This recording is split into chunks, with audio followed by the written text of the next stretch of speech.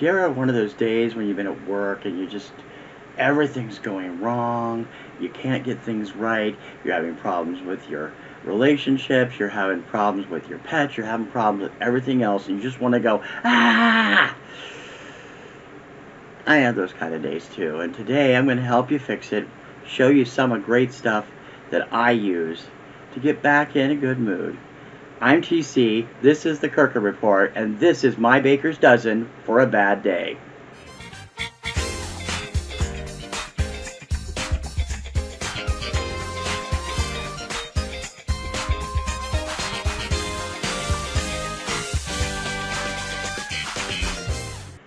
Hi VC, TC here. We're going to go over my baker's dozen for a bad day. These are the albums that have come to be important to me in the fact that I listen to them whenever I'm feeling down, whenever I've had a rough day, when I'm tired and I need a pick-me-up. They run the gamut, and these are just like all over. Gotta say this up front, everybody's musical taste is different, so your mileage may vary. But for me, these are the albums that help put a smile back on my face when I don't have one. So, and because I don't have access to my whole collection at once, we're going to use Mr. Magic Box right up here and show you those albums here, because most of these I have on MP3. Some of them I have on vinyl, CD, whatever, but most of them are MP3. So Mr. Magic Box right up here will bring you the titles. So let's get started. First up, an album that I have loved since I was a teenager, Star Wars and Other Galactic Funk by MECO. When I was in high school, I went to a very small school in a very small community, Harrington, Washington, population 500 and something. I had the biggest graduating class in, I think it was 70 years. We had 21 kids in our class. I wasn't into the same kind of music that all my classmates were. They were all into Kiss and Aerosmith and Nazareth. I was listening to ABBA, Barry Manilow, and disco. And one of the disco artists that I love was MECO. MECO Minardo has been a arranger, producer, songwriter for decades. He finally retired from the business a few years ago, and it's all the more poorer from him. Star Wars and Other Galactic Funk was one of the first albums to make the whole first side a single suite. The music of Star Wars makes up the entire first side of the album. From beginning to end, you get every single major musical piece in the Star Wars film. The first one, Episode 4, A New Hope. It was a great album. I've never been a huge Star Wars fan. I'm a fan, but I'm not a warsy like my wife Kim is. I'm more Star Trek. But the music from this always, never failed to put a smile on my face. When I had a bad day at school, or when I had a fight with a friend or something, the first thing to go on my stereo would be this album, and by the end of it, I was smiling, I was happy, having fun again. It's always a pick-me-up. The flip side, Other Galactic Funk, is an all-drum suite. There's drums and a few other instruments, but it's mostly a percussion-oriented suite, and it's terrific as well. But it's side A, that Star Wars suite, that blows my mind and continually does. Even to this day, I love this album from 1977, Star Wars and Other Galactic Funk by MECO. Moving ahead, my second album on the list, these are in no particular order, by the way, is one of my favorite bands. I'm a huge fan of Def Leppard. I first found their music with their very first album. Our local station in Spokane was playing on through the night constantly, so I loved them from that first album. But it was their fifth studio album that exploded to me. I've loved all the ones before, but 1992's ADRENALIZE starts off with Let's Get Rocked and doesn't let up the rest of the time. It's a great album from start to finish. I think it's better than both Pyromania and Hysteria. I love both of those albums. I was listening to a station in Columbus, Ohio when it came out. I lived in Ohio. It was called The Blitz, and they played it constantly. And it was making equal airtime with the grunge acts that were starting to come out then. The all computerized video for Let's Get Rocked remains one of my favorite Def Leppard videos and one of my favorite videos of all time. And going through this album, from the beginnings of Let's Get Rocked all the way down to the final track on the album, Tear It Down, I am always happy by the time I get done listening to it. I love Joe Elliott's voice. I love the way that all the rest of the guys in the band play. Phil Collen and Vivian Campbell, this was his first album with the band, replacing the late Steve Clark, are terrific together. Rick Allen's drumming, always great, as well as Rick Savage's bass playing. They are all terrific, and that's why ADRENALIZE always puts a smile on my face. Completely different direction here on my third choice. It goes up to our friends in Canada. Some of my friends in Canada are going to like several of the titles on this list. It is K.D. Lang's album, INGENUE. I was never a huge K.D. Lang fan until Constant Craving came out. I loved that song, and since the local record store I had in Lancaster, where I lived at the time, Lancaster, Ohio, was out of the single, I went ahead and grabbed the INGENUE CD, and it was one of the best things I've ever done.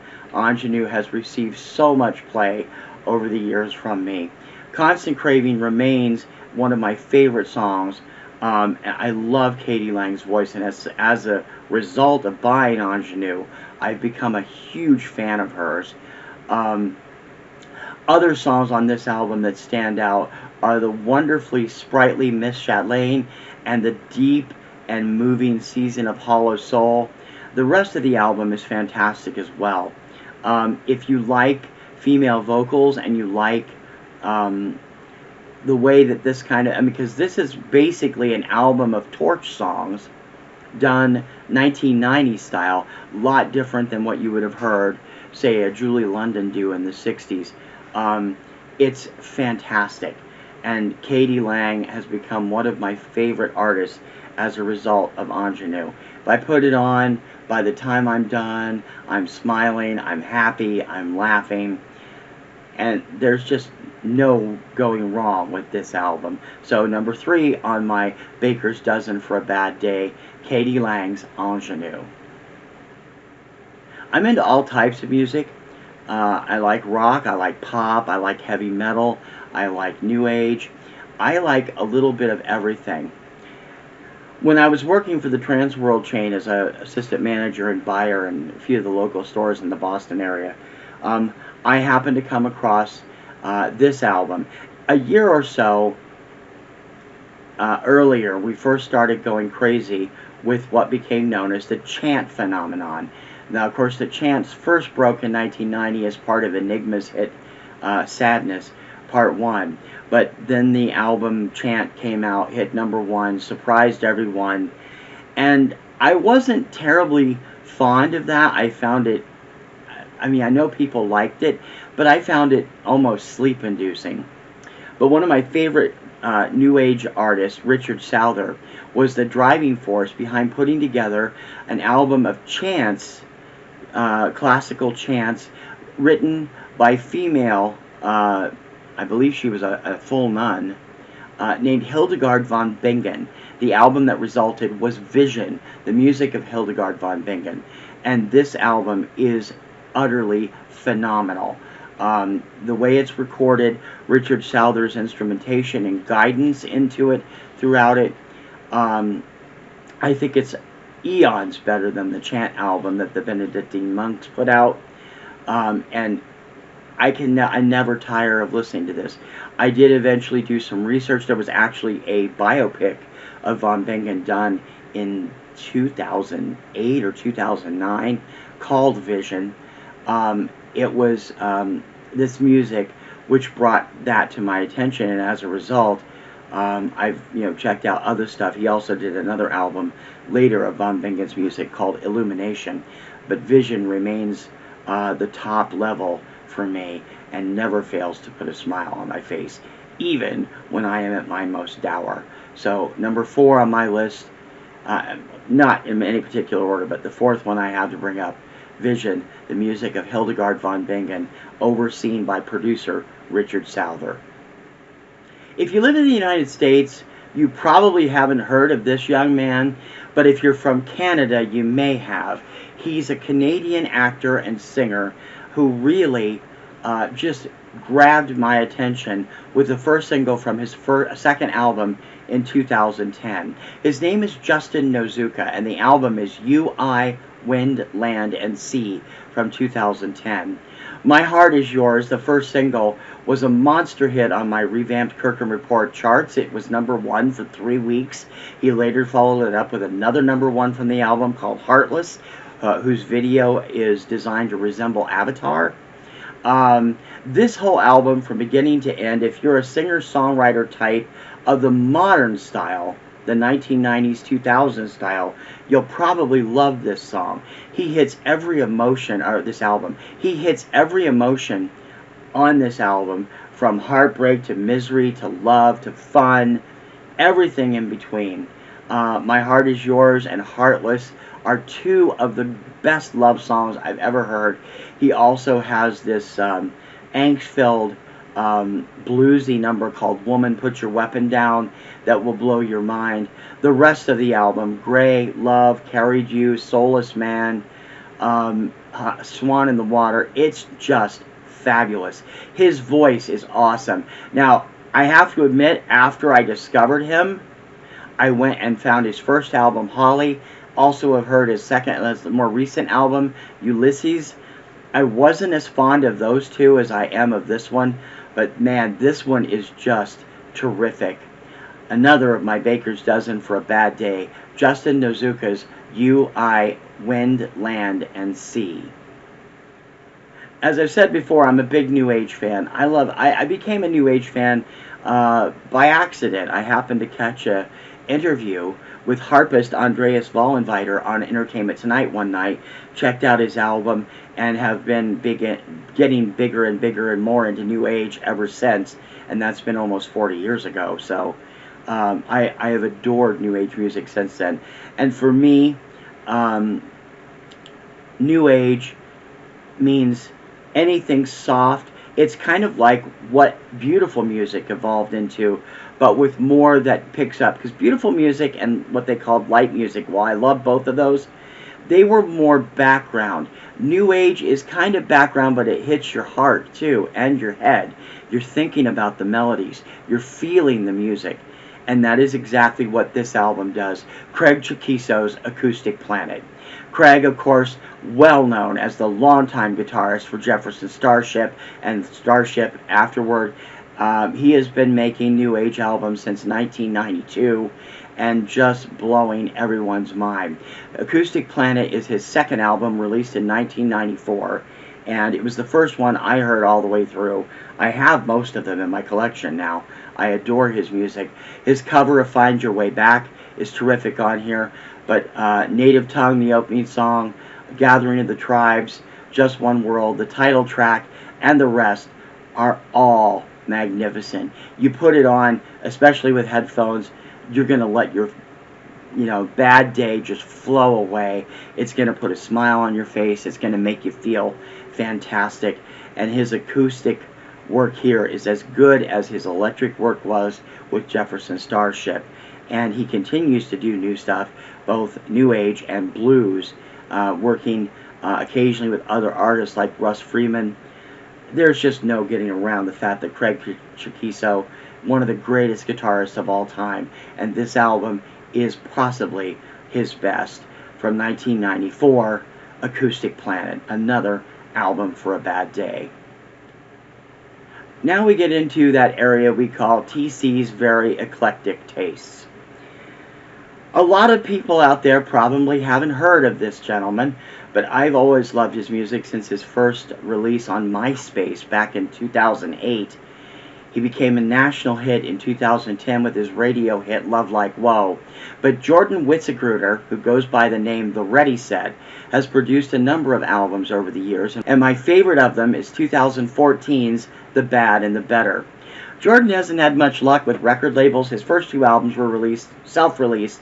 Then he went to Decadence for his first big album on Alive I'm Dreaming. Then a middle kind of EP called Feel Good Now. He jumped to Razor and Tie for this one, and then later would jump to Hopeless Records for I Will Do Anything for Your Love.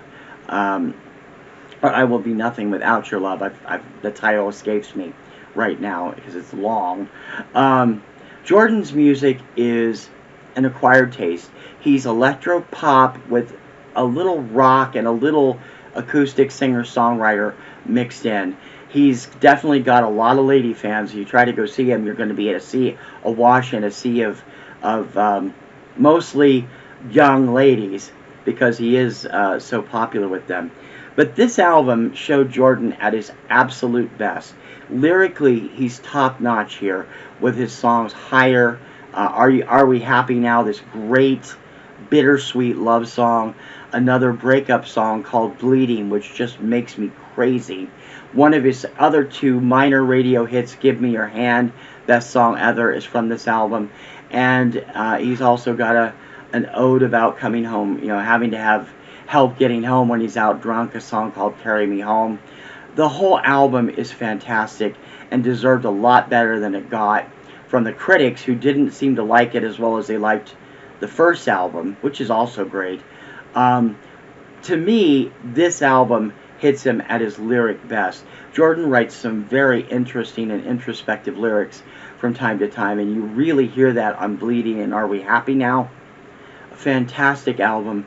Everybody should hear it. And even though the song is kind of, the songs on this are kind of melancholy, I still feel that it's the kind of album that puts a smile on my face simply because I really like it. I like him, and I like everything about what he does.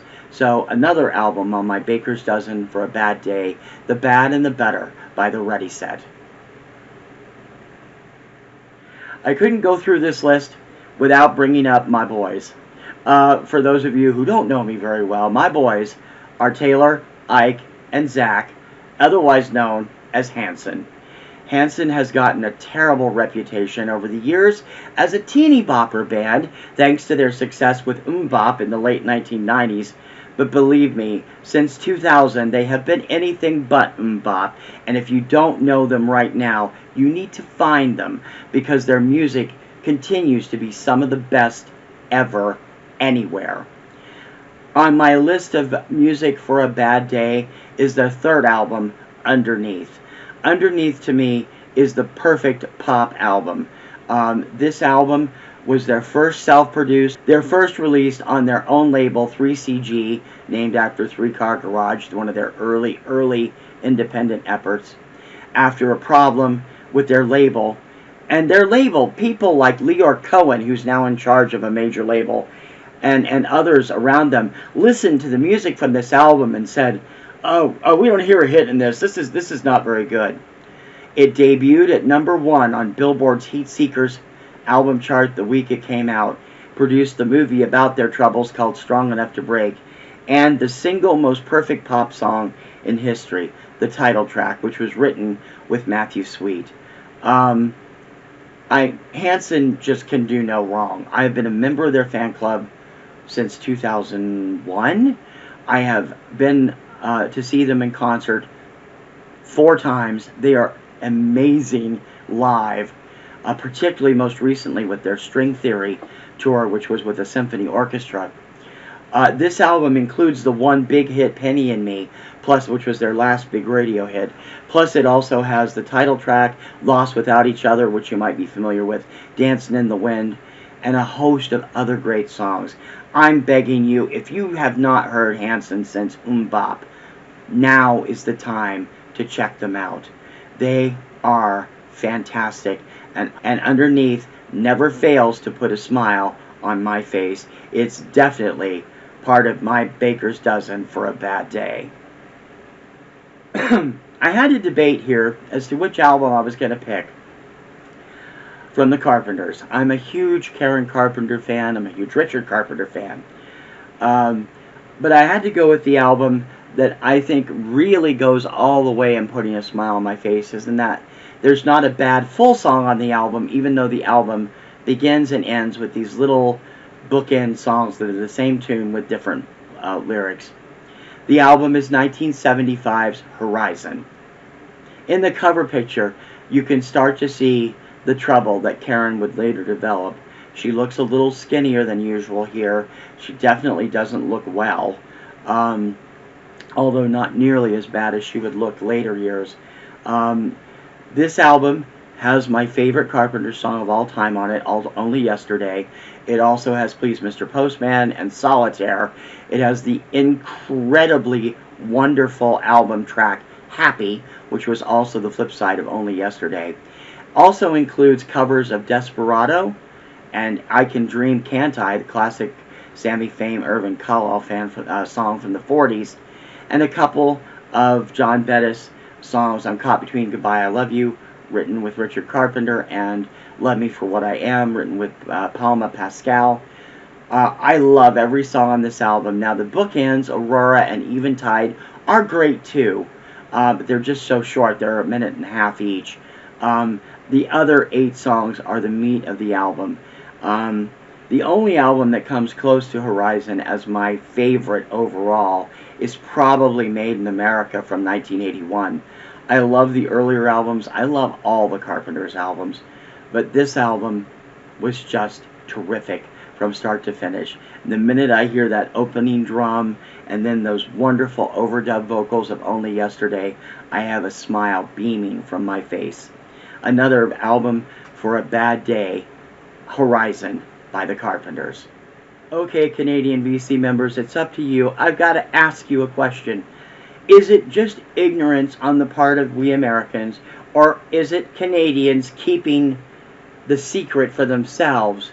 Because I do not understand why the love that Canadians have for this woman hasn't translated to the States.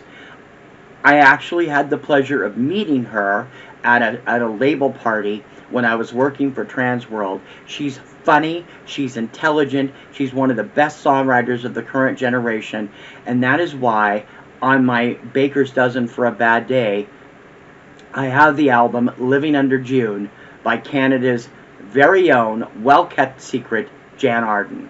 Jann has been ignored unfairly by the American public for over 2 decades now, going on 3. She first hit big in 1991 in Canada with I Would Die For You. Her one big hit in America was Insensitive in 1995. I believe it was 95, might have been 94. And she was known a little bit for Run Like Mad, which was used as the theme from Dawson's Creek. In most other territories, the U.S. substituted Paula Cole's I Don't Want to Wait, and I never did figure out why. Jann is one of my all-time favorite artists. Not only is she a terrific songwriter, she is a wonderful singer, one who can emote something incredible just with her voice. And Living Under June is my favorite. It might be my favorite because it was the first full album I was ever exposed to by her. It is the album with Insensitive. It does, on the American and other non-Canada countries, have I Would Die For You on it. I Would Die For You was originally from first album, Time for Mercy. But, I mean, this album is incredible. Could I Be Your Girl is on this album. Gasoline is on this album. Unloved is on this album. Good Mother. The title track, which is this incredible tale of apartment dwelling. Let's put it that way. I will never understand why Americans haven't embraced Jann as Canadians have. I mean, she's in the Canadian Music Hall of Fame. She now has the highest rated sitcom on Canadian television with her new series, Jann. If you've never heard Jann and you want an intro to her, this is a great album. And so is her Live with the Vancouver Symphony, which shows off her incredible singing and her incredible off-kilter sense of humor. If you haven't listened to Jann Arden, please take the time to discover her. You will not be sorry, and that is why Living Under June is on my Albums for a Bad Day list. Like I said, I'm all over the road when it comes to the style of music I love. And when it comes to heavy metal, I like guitar, I like keyboards more than anything else that I know. Keyboards? What self-respecting metal fan has keyboards on their list? I'm a keyboard fan.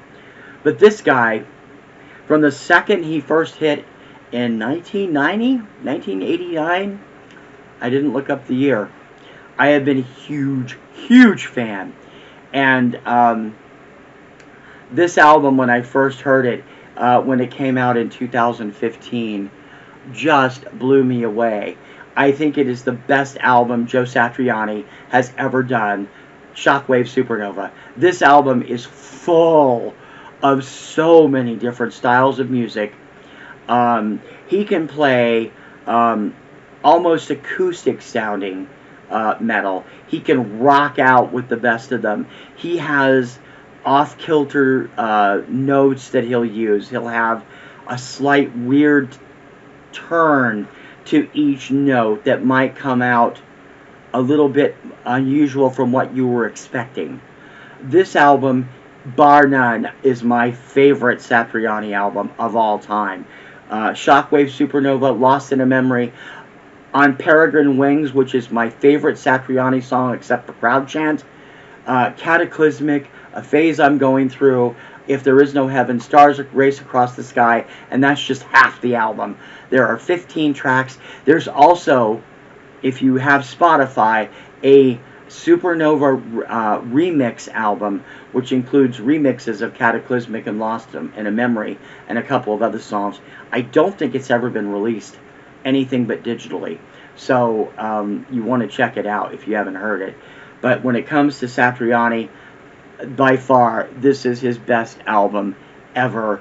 And I never fail to come out dancing and bopping around.